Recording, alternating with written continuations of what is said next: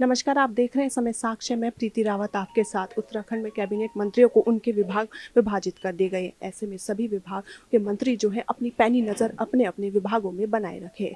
और इसी क्रम में आज हमारे साथ बातचीत के लिए मौजूद है परिवहन मंत्री चंदन रामदास। तो आइए हम जानते हैं उनसे कि उनके विभागों की क्या स्थिति है और क्या कुछ रणनीति लेकर वह चल रहे हैं। सबसे पहले तो सर आपका बहुत बहुत स्वागत है समय साक्ष्य में। धन्यवाद समय साक्ष्य का। सबसे पहले सवाल तो यही है, आप अपने नए चेहरे यहाँ कैबिनेट में बने हैं, क्या कुछ प्राथमिकताएं आपकी रहेंगी अपने विभाग को लेकर? मैं माननीय मुख्यमंत्री जी का दिल से आभार व्यक्त करता हूँ कि उन्होंने मुझे समाज कल्याण, परिवहन, लघु और सूक्ष्म उद्योग, खादी ग्राम उद्योग और अल्पसंख्यक कल्याण जैसे महत्वपूर्ण विभाग दिए हैं। और मेरा पहला प्रयास ये रहेगा कि समाज कल्याण में बहुत सी कल्याणकारी योजनाएं हैं और अंतिम छोर पर बैठे हुए व्यक्ति की सेवा समाज कल्याण से द्वारा की जा सकती है। और मैंने विभागों की समीक्षा शुरू कर दी है और समाज कल्याण के अधिकारियों को मैंने 100 दिन का एक लक्ष्य निर्धारण के लिए कर दिया है कि आउटगोइंग योजनाएं जो हैं हमारी ऑन गोइंग वाली, उनको प्रारंभ करें और जिनमें हमारे पास धनराशि है उनका 100% सदुपयोग करें और कल्याणकारी योजनाओं का निर्धारण तत्काल करें। और जो परिवहन सेक्टर है, परिवहन सेक्टर में मैं रोडवेज जैसे सेक्टर को मैं देख रहा हूँ। और जो चारधाम यात्रा चल रही है हमारी परिवहन सेक्टर से, 2 साल से कोरोना के कारण हमारा चारधाम यात्रा भी प्रभावित रही है और परिवहन सेक्टर भी प्रभावित रहा है। तो हमारा प्रयास होगा कि इस बार की चारधाम यात्रा सुविधाजनक हो, निष्कंटक हो और ऐतिहासिक हो। इसके लिए भी अलग अलग स्तर पर रोडवेज का सहयोग, प्राइवेट सेक्टर का सहयोग और सबके समन्वय से हम चारधाम यात्रा को ऐतिहासिक बनाने का काम कर रहे हैं। और पहाड़ में रोजगार एक बहुत प्रमुख मुद्दा है और लघु मध्यम और खादी ग्रामोद्योग जैसा सेक्टर मेरे पास है। मैंने इन विभागों को भी 100 दिन का लक्ष्य दिया है कि ऐसे रोजगार मूलक कार्यक्रमों का निर्धारण करें। जो प्रधानमंत्री स्वरोजगार योजना है, जो मुख्यमंत्री स्वरोजगार योजना है, इसको प्रभावी बनाने का काम करें। इसके अलावा अन्य संभावनाएं भी तलाश करके जो हमारे स्थानीय संसाधन हैं, जो हमारे स्थानीय उत्पाद हैं, उनका उपयोग उसी स्तर पर हो, ऐसे कार्यक्रम बनाने के लिए निर्देश जारी किए हैं। अल्पसंख्यक कल्याण जैसे महत्वपूर्ण गरीबों के कल्याण के कार्यक्रम मेरे पास है। एक रोड मैप बना के मैं आपको इस चुनौती को स्वीकार करते हुए अपने विभाग को सशक्त बनाने का काम करूंगा। जहाँ तक दिशा निर्देशों की बात है, मंत्रियों द्वारा अधिकारियों को जो है दिशा निर्देश तो दिए जाते हैं, जैसे कि आपने कहा कि 100 दिनों का है, लेकिन कहीं ना कहीं जो है काम के बीच में कोई कमी आ जाती है कि वो जो है लक्ष्य निर्धारित तो रहता है लेकिन काम पूरा नहीं होता है। क्या कुछ कहना चाहेंगे?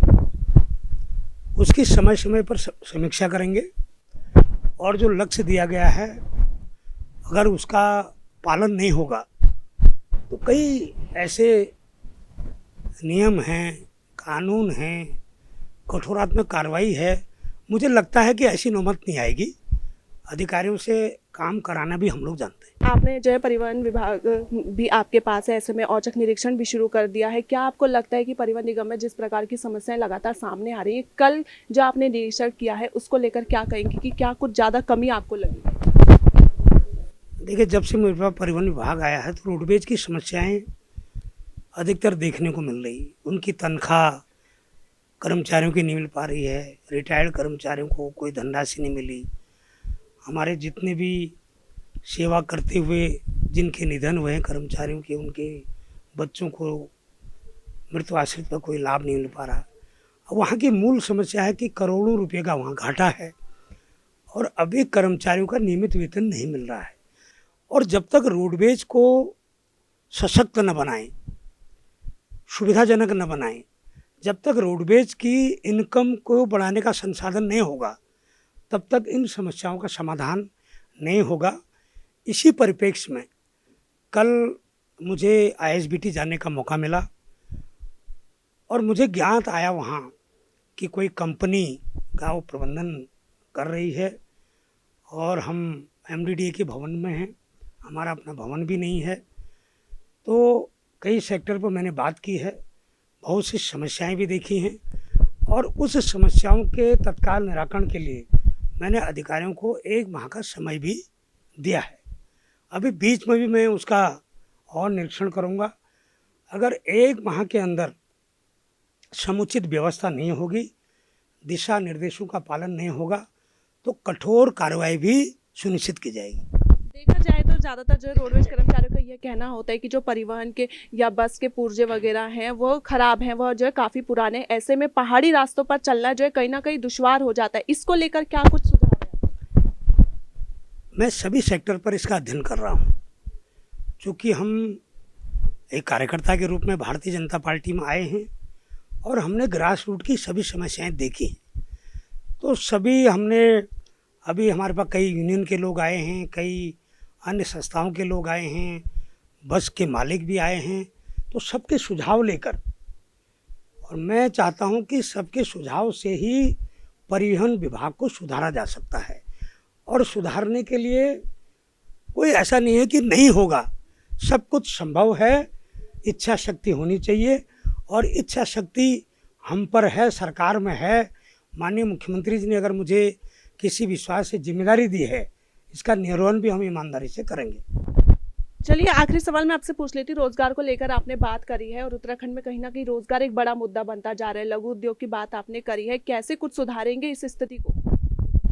सौभाग्य से मेरे पास लघु मध्यम उद्योग और खादी ग्रामोद्योग बोर्ड है और ये दोनों स्वरोजगार के लिए बहुत महत्वपूर्ण है।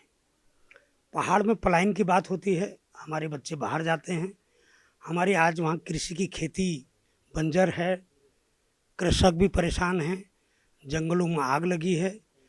तो हमारे कृषि जो संसाधन हैं, उद्यान है, जड़ी बूटी है, बहुत से पहाड़ों में हमारे पास निधियाँ हैं। अगर हम उनका वहाँ पर उपयोग कर सकें, अगर हम छोटे छोटे गृह उद्योग लगा के, कुटीर उद्योग लगा के, महिला समूह के माध्यम से जाम, जेली, मुरब्बा, ये छोटे छोटे हम फूड प्रोसेसिंग के यूनिट लगा दें।